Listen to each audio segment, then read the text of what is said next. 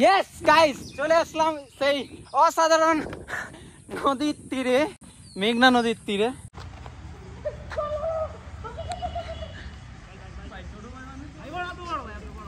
আসসালামু আলাইকুম বাংলাদেশবাসী, ফাইনালি আমি আজকে বাংলাদেশের মাটিতে। Yes, first day Bangladesh, I love Bangladesh.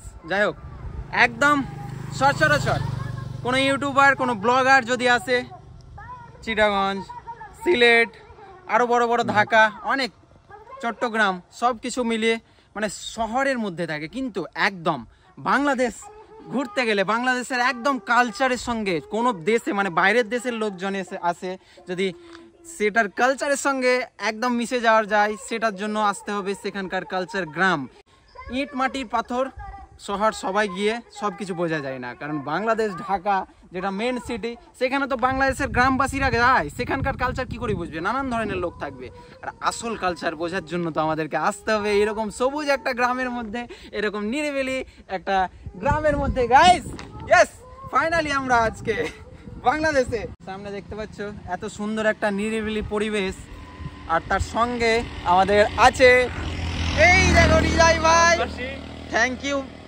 এইভাবে একটা ক্রেজি জায়গা নিয়ে আসার জন্য। একটা বড় ব্যাপার হচ্ছে আমি সচরাচর ট্রাভেল করি, তবে আমি ব্লগার ট্রাভেলার না, নিজের মানসিক শান্তির জন্য। তো আমি যে মানুষটার কাছে গিয়ে ভারতে প্রথমবার যখন গিয়েছিলাম তখন তো খুব একটা পরিচয় ছিল না, সেকেন্ড টাইম যখন গিয়েছি এই মানুষটার সাথে যখন আমি ছিলাম, তার বাসায় ছিলাম এবং তার সাথে খুব ভালোভাবে মিশে গেছি, তার ফ্রেন্ড সার্কেলের সাথে মিশে গেছি, তখন আমার কাছ থেকে আমার মনে হচ্ছিল প্রত্যেকটা সেকেন্ডে কবে তাকে আমার বাসায় আনবো। গরিবের আমরা কিন্তু এইখানে সবকিছু কথা বলে নেবো না, সব কালচারের সঙ্গে দেখে বাজার ঘুরে আস্তে আস্তে সব কথা বলি। চলো স্টার্ট করা যাক। হ্যাঁ, গাড়ি স্টার্ট করা যাক। এই আমাদের ভাই, আর আমরা যাচ্ছি এখন কোথায় ভাই? তুরাবগঞ্জ, আমাদের যে বাজারটা, হ্যাঁ হ্যাঁ ওইখানে আর কি। আচ্ছা চলো চলো যাওয়া যাক। একটা আলাদাই অ্যামেজিং ফিলিংসটা আমি বলে বোঝাতে পারছি না, সবকিছু মুখের মধ্যে বলে বোঝানো যায় না। আজকে দেখো, আজকে ফার্স্ট ডে কি হয় বাংলাদেশে আমাদের সঙ্গে। আহা আহা, এই হচ্ছে বাংলাদেশের আসল সৌন্দর্য, গ্রামীণ পরিবেশের মধ্যে ঘুরে বেড়া। এইদিকে ধানক্ষেত আর এইদিকে হচ্ছে সূর্যমুখী। সূর্যমুখী, কি সুন্দর ভাই। বাংলাদেশকে উপভোগ করতে গেলে কোথায় আসতে হবে? এইরকম একটা নিরিবিলি গ্রামের মধ্যে, এত সুন্দর একটা গ্রামের মধ্যে, পুরো সূর্যমুখী ক্ষেত, যেটা এটা মূলত হচ্ছে একটা বীজ হবে। এটা তো সবেমাত্র কচি ফুল, এখানে বীজ হবে, বীজ হওয়ার পরে এইখান থেকে আবার তেল উৎপাদন হয়। ফার্স্ট টাইম সূর্যমুখী ক্ষেতের মধ্যে ঘুরে বেড়াচ্ছি। এখন হলো বর্তমানে সিজন। আচ্ছা আচ্ছা, বর্তমানে সিজন। কিছুদিন পরে আপনার এই ফলনটা ঘরে ঘরে আসবে। আচ্ছা, ফুলের পরে এই ভিতরে ফল আছে, ভিতরে কালো কালো একটা, এগুলো এখনো ফুল। এটা ফুলই আছে, এখনো হয়নি, সময় আছে। কতদিন লাগবে আর এটা হবে? 1 মাস। 1 মাসের মধ্যে হয়ে যাবে। বীজ রোপণ কখন করে এটা? আরো মাসখানেক আগে, কিন্তু আপনার পুরাটা। আর কি কি চাষ হয় এখানে? বেশিরভাগই আপনার ধান চাষ হয়। ধন্যবাদ, আপনার সঙ্গে দেখা হয়ে খুব ভালো লাগলো। তোমাদের এটা ক্ষেত? কাদের? আব্বুর? সূর্যমুখী ফুল করে এই সাইডেই মুখ করে আছে, এখন সূর্যের বিপরীত তো এটা।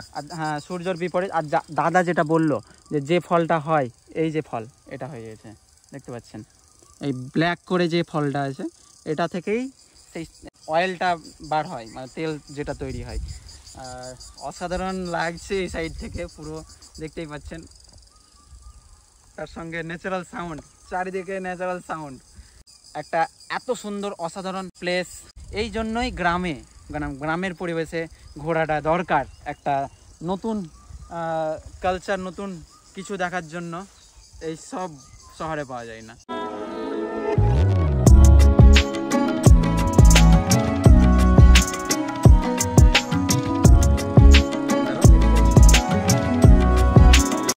আরে ভাই, কি হৃদয় ভাই, সিনেমাটিক শুট নিতে গিয়ে তোমার ইন্ডিয়াতে হয়েছিল না সেম জিনিস? ঝাড়খণ্ডে গিয়ে সেম জিনিস হয়েছিল, মানে আমার সাথে ছিল। হচ্ছে হৃদয় ভাইয়ের স্মৃতিময় স্কুল। কি স্কুলের নাম ভাই? তুরাবগঞ্জ বহুপুর। আচ্ছা, এই তো তুরাবগঞ্জ উচ্চ বিদ্যালয় অ্যান্ড কলেজ। এ হচ্ছে তার স্কুলের গ্রাউন্ড, আর পুরো মানে খুব সুন্দর একটা ফাঁকা গ্রাউন্ডের মধ্যে স্কুলটা। সবচেয়ে বড় টুর্নামেন্ট হয় এই মাঠটাই।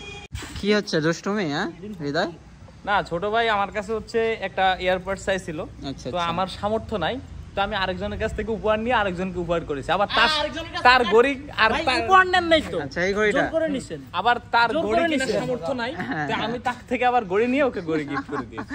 তাহলে আমি গিফট করেছি দুইজনকে, একজনকে এয়ারবাডস একজনকে গড়ি। তুমি বহুত মনের দিক থেকে তো খুব বড়। বিশাল দিল খুশি, দেখো এই যে দিল খুশি, এখানটা অনেক বড়। এম পর্যন্ত ধরো ঈদ সালামি দিলে মানুষের 50 টাকা 100 টাকা দেয়, সেখানে আমি 2000 টাকা, সেখানে আমি 1000 টাকা দিয়ে দিলাম। বাহ, মনটাই বড় ভাই।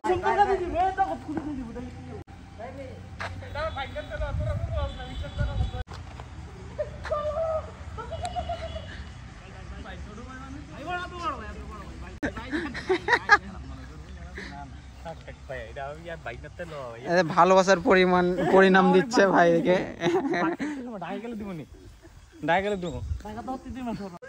এসব হতেই থাকবে। সেলামি নাকি? ঠিক আছে, এটা ইন্ডিয়ার স্মৃতি, বুঝলে, ইন্ডিয়ার স্মৃতি। থ্যাংক ইউ ভাইয়া, থাকবে ইনশাআল্লাহ। সেলামি, আল্লাহ হাফেজ। হ্যাঁ আচ্ছা, লক্ষ্মীপুর 18 কিলোমিটার। এটা হচ্ছে হৃদয় ভাইদের তুরাবগঞ্জ বড় বাজার আর এই মার্কেট।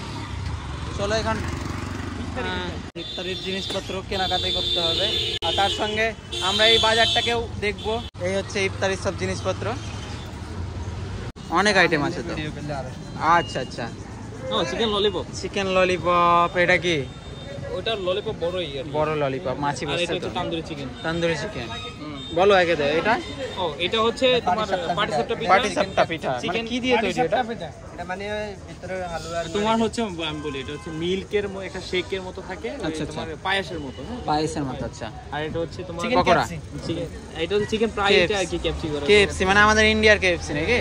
ওই আর কি চিকেন ফ্রাই। আর এটা KFC হচ্ছে বেগুনি, হ্যাঁ বেগুনি, আলুর চপ, আলুর চপ, পেঁয়াজু, আর হচ্ছে বড়া, বড়া, আর হচ্ছে বোঁদে বোঁদে বোঁদে হ্যাঁ তোমার, আর এটা হচ্ছে বইন্দা। জালি কি? কাবাব, জালি কাবাব, এটা জালি কাবাব। মানে আইটেমে ভর্তি আইটেম তো। এটা কি? আর চিকেন রোল, ডিম চপ, ডিম চপ, এই আছে জিলিপি, মানে অলরেডি খাবার। এক বাটি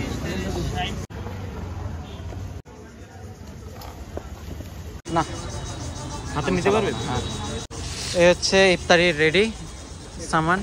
এত সামান নেয় ভাই, খাবে কে এত? লোক আছে কি খেয়েছে না খেয়েছে, দুদিন পরে জার্নি করে এসেছে। কি অবস্থা! আরে খাওয়া দাওয়ার কমই নাই ভাই, মানে এত রিচ আইটেম খায় এখানকার লোক। ও বাবা, রিচ তো হলো প্রচুর। এখানে একটাই সমস্যা, সিগন্যাল নেই। হ্যাঁ, এই বুক ভাগ গাড়ি ভরে দিচ্ছে কি ভাই রাস্তায়। এটা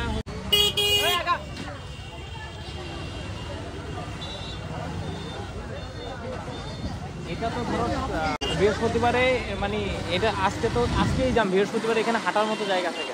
এই হচ্ছে মার্কেট, এত জ্যাম, এত লোকজনের ক্রাউড। এই রমজান মার্কেটে এইরকম থাকে না সবসময়? এটা বড় মার্কেটে সবসময় এরকম থাকে।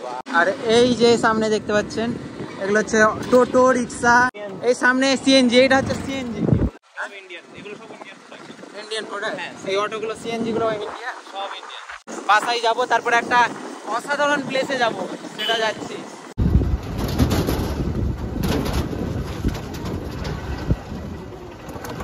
বর্ষা মৌসুম হয় না, পানি।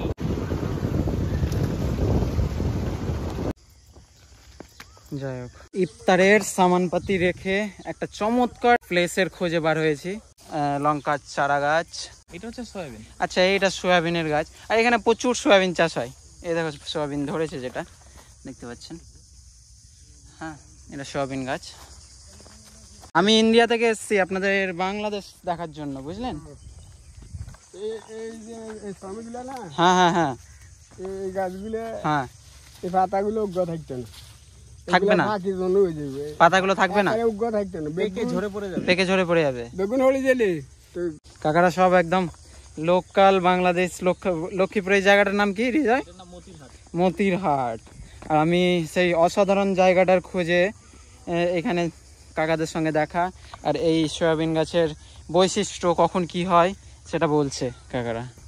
আর কিছুক্ষণের মধ্যেই সেই এত বড় একদম বাংলাদেশের সব থেকে বড় অসাধারণ এক নদীর রূপ দৃশ্য দেখতে পাবেন এই ব্লগেই। ইয়েস গাইস, চলে আসলাম সেই অসাধারণ নদীর তীরে, মেঘনা নদীর তীরে। দেখতে পাচ্ছেন এক অসাধারণ দৃশ্য, অসাধারণ ভিউ। পুরো নদীর মনে হচ্ছে একদম সমুদ্রের পাড়ে চলে এসেছি, ওপারটা দেখাই যাচ্ছে না। আর ভোলাই মানে নদীর ওই পারে হচ্ছে ভোলা। আর কি বড় ভাই নদী, এই পার থেকে ওই পার দেখাই যাচ্ছে না। আশা করি আপনারা এই ভিডিওর মধ্যে বুঝতে পারছেন। আর তার সঙ্গে সানসেট হতে যাচ্ছে, একদম অসাধারণ ভাই। পশ্চিম দিকেই সূর্য, কারণ এখানে যদি টাইম ল্যাপস নেওয়া যায় কি অসাধারণ লাগবে তুমি তুলনা করতে পারবে না। কিন্তু আজকে তো ইফতার করতে হবে ভাই, এখানে তো আমি বললাম ওই জন্য এখানে ইফতার করতাম। এইখানে যদি সৌভাগ্য হতো ইফতারি করার, এত প্যারার মধ্যে যে আমি আজকে বাংলাদেশের মাটির আছি দাঁড়িয়ে, এটা আমার ভাগ্য, এটা সত্যি ভাগ্য।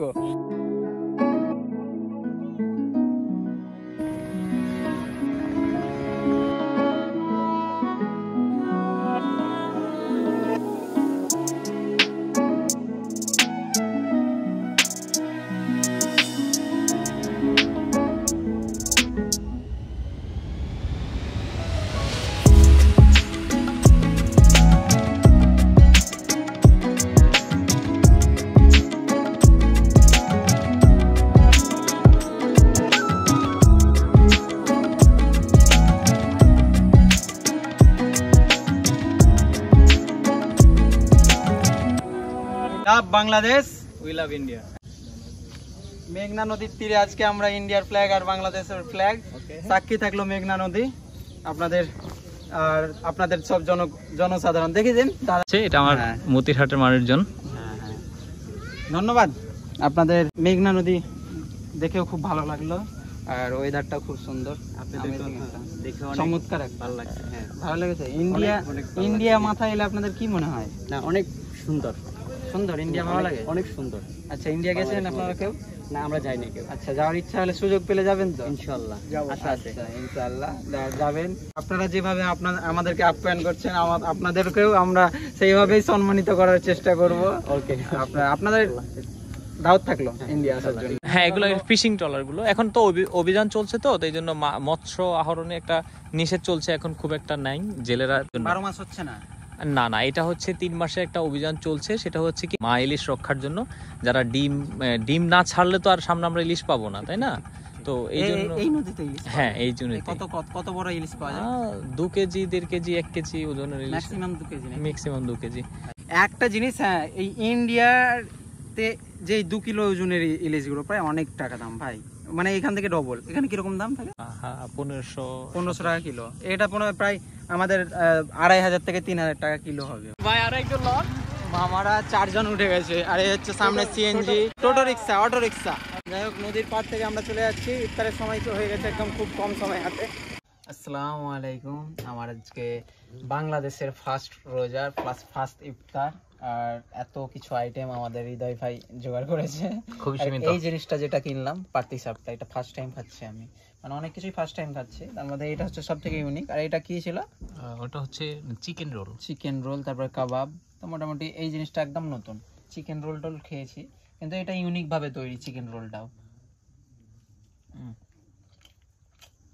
সুজি আর কিছু একটা দুধ এই দিয়ে তৈরি না?